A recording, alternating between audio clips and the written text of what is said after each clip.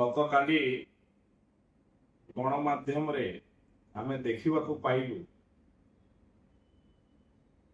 ପାର୍ଲାମେଣ୍ଟରେ ବିରୋଧୀ ଦଳର ନେତା ରାହୁଲ ଗାନ୍ଧୀଙ୍କର ଆଚରଣ ଉଚ୍ଚାରଣ ଏବଂ ଯୋଉଭଳି ଭାବରେ ବ୍ୟବହାର ଏବଂ ଠିକ୍ ସେଇଭଳି ଭାବରେ ଓଡ଼ିଶାର ବିଧାନସଭାରେ ବିରୋଧୀ ଦଳର ନେତା ନବୀନ ପଟ୍ଟନାୟକଙ୍କର ବକ୍ତବ୍ୟ ଏ ଦୁଇଟାକୁ ଦେଖିଲା ପରେ ଲାଗୁଛି ରାହୁଲ ଗାନ୍ଧୀ ଏବଂ ନବୀନ ପଟ୍ଟନାୟକ ଗୋଟିଏ ମୁଦ୍ରାର ଦୁଇ ପାର୍ଶ୍ୱ ଏବଂ ସ୍ୱାଭାବିକ ଭାବରେ ଓଡ଼ିଶାରେ ତ ତାଙ୍କର ଗତ ରାଜ୍ୟସଭା ନିର୍ବାଚନ ସମୟରେ ଦୁଇ ଦଳର ଗଠବନ୍ଧନ ବି ସାମ୍ନାକୁ ଆସିଥିଲା। ବାସ୍ତବରେ ନବୀନ ବାବୁଙ୍କ ମୁହଁରେ ଏସବୁ କଥା ଶୋଭା ପାଏ। ଯୋଉ ନୀତି ନୈତିକତାର କଥା କହୁଛନ୍ତି ନବୀନ ବାବୁ ତାଙ୍କର ସରକାର ଥିବା ସମୟରେ ଏବଂ ଯୋଉ ସମୟରେ ସିଏ ନିରଙ୍କୁଶ ଭାବରେ ଶାସନ କରୁଥିଲେ ଏଠି ଛାତ୍ର ଏବଂ ଯୁବକ ମାନଙ୍କ ପ୍ରତି କୋଉ ଭଳିଆ ବ୍ୟବହାର କରୁଥିଲେ ତାର ଜ୍ୱଳନ୍ତ ଉଦାହରଣ ଅନେକ ରହିଛି ଏବଂ ଗୋଟେ ଯୁବ ଛାତ୍ର ଆନ୍ଦୋଳନରୁ ଆସିଥିବା ବ୍ୟକ୍ତି ଭାବରେ ମୁଁ ମଧ୍ୟ ସେଥିରେ ସଫଳ।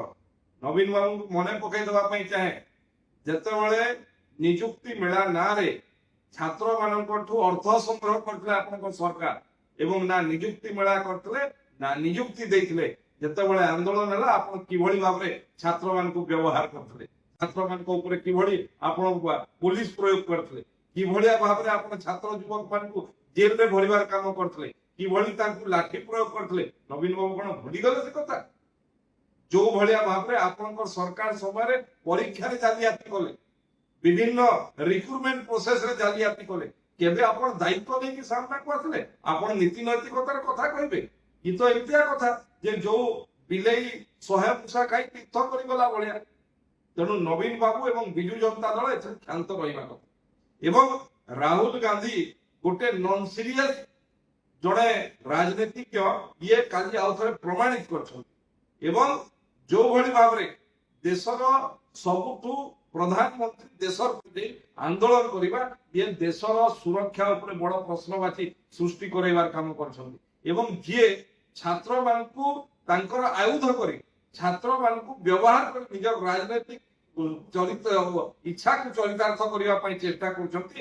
ଛାତ୍ର ଆଉ ଯୁବକ ଭାରତ ବର୍ଷର ଜାଣିଛନ୍ତି ରାହୁଲ ଗାନ୍ଧୀ କିଏ ଏବଂ ନରେନ୍ଦ୍ର ମୋଦି କିଏ, ଧର୍ମେନ୍ଦ୍ର ପ୍ରଧାନ କିଏ।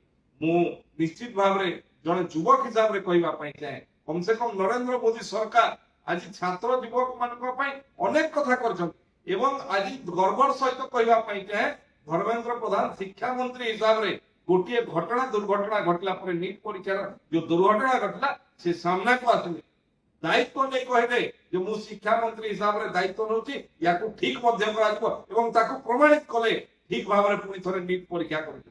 ଦୋଷୀ ମାନଙ୍କ ବିରୁଦ୍ଧରେ କଡା କାର୍ଯ୍ୟାନୁଷ୍ଠାନ ନିଆଯାଇଛି। 13 ଜଣକୁ ଜେଲ ପଠାଯାଇ ସାରିଲାଣି।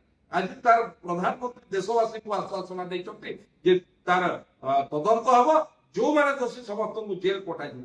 ସଂସଦରେ ଚର୍ଚ୍ଚା ପାଇଁ ମଧ୍ୟ ପ୍ରସ୍ତୁତ ଅଛି କିନ୍ତୁ ଯୋଉଭଳି ଭାବରେ ଲୋକର ଯୁବକ ମାନଙ୍କୁ ଆୟୁଧ କରି ନିଜର ରାଜନୈତିକ ଇଚ୍ଛାକୁ ଚରିତାର୍ଥ କରିବା ପାଇଁ ଚେଷ୍ଟା କରୁଛି ୟାକୁ ଓଡ଼ିଶାର ଭାରତ ବର୍ଷର ଛାତ୍ର ଯୁବକ କେବେ ବି ଗ୍ରହଣ କରିବେନି।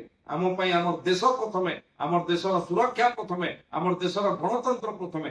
ତାକୁ ତିଳକ କରି ଯୋଉମାନେ ହତ୍ୟା କରିଛନ୍ତି ସେମାନେ ଆଜି ଛାତ୍ର ଆଉ ଯୁବକକୁ ଆୟୁଧ କରି ନିଜର ରାଜନୈତିକ ଇଚ୍ଛା ଚରିତାର୍ଥ କରୁଛନ୍ତି। ୟାକୁ ଛାତ୍ର ଯୁବକ କେବେ ବରଦାସ୍ତ କରିବେ ନାହିଁ।